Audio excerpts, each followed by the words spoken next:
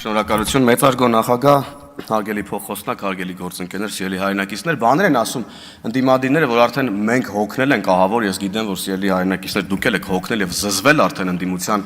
բարբերաբար կնկնվող ստերից եւ կեղծիքներից, բայց պետք է անդրադառնանք եւ պարզեցնենք ուրեմն ամեն բան, որովհետեւ չենք կարող սուտը անպատասխան թողնել։ Նախ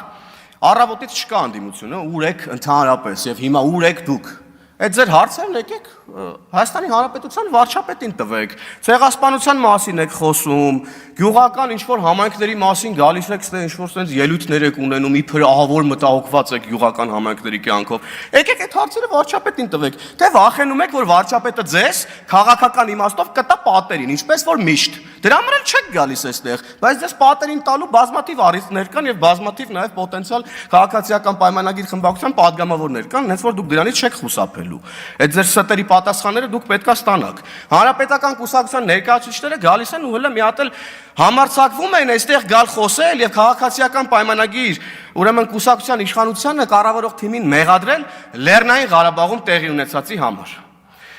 Հանրապետական կուսակցությունն իր իշխանության ողջ տարիներին բանակցել է Լեռնային Ղարաբաղը հանձնելու վերաբերյալ։ Այ կապիտուլյանտ Մամիջանյան եւ Աբրահամյան, որ գալիս տեղ խոսում եք։ Ձեր ղեկավարը Սերժը, որ հիմա իր վկան եք որպես տեղ հանդես գալիս, իր ողջ կառավարման ընթացքում ուզում էր հանձնել Լեռնային Ղարաբաղը։ Սրան վերաբերյալ չեք ուզում ինչ-որ մի բան ասեք։ Ձեր ղեկավարն այս ամբիոնի մոտից իր ամենավերջին ելույթում հայտարարել է, որ բանակցությունները մտել են փակուղի եւ ըստ էության գուժել է պատերազմի մասին։ Ու փախել է։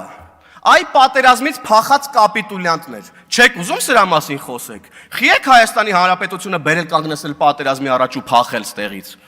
Խի եք փախել պատերազմից։ Ես նոր եմ հասկանում, խի եք ասում,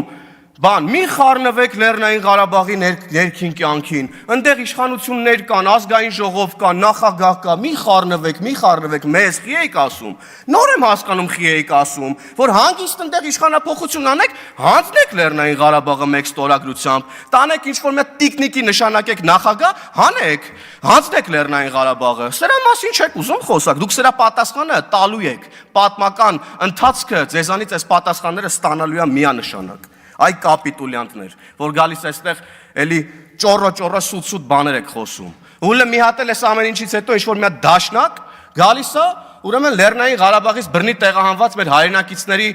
այդ վատ նկարներն է ցույց տալիս, մի կողմում էլ 1915 թվականի ցեղասպանության նկարներն է ցույց տալիս ու ինչ-որ համեմատականներ է փորձում անել։ Այ դաշնակ Հələ մի հատ դաշնակների մասնակցությունը պետք է հասկանալ պատմական այդ ժամանակաշրջանում ինչ ա եղել եւ ինչ դերակատարում են ունեցել առհասարակ 1910-ական թվականներին դաշնակցականները նոր հələ մի հատ եկեք ձեզ թույլ տվեք ստեղ նման հայտարարություններ անել։ Իսկ Լեռնային Ղարաբաղը էլի կրկնում եմ դուք եք լուծարել Դաշնակցությունը եւ հանրապետական կուսակցությունն են լուծարել Լեռնային Ղարաբաղը ու Լեռնային Ղարաբաղից տեղահանված մեր հայրենակիցների նկարները որ բերում եք ստեղ ցույց եք տալիս որ ինչ-որ հուզմունքներ առաջացնեք կտանեք կդաջեք ձեր ճակատներին Ռոբերտ Քոչյանի ճակատին առաջինը կդաջեք որ հիշեք հենց հայլու մեջ նայեք հիշեք որ դուք եք Լեռնային Ղարաբաղի հայ ժողովրդին տեղահանել Լեռնային Ղարաբաղից ու հանձնել եք Լեռնային Ղարաբաղը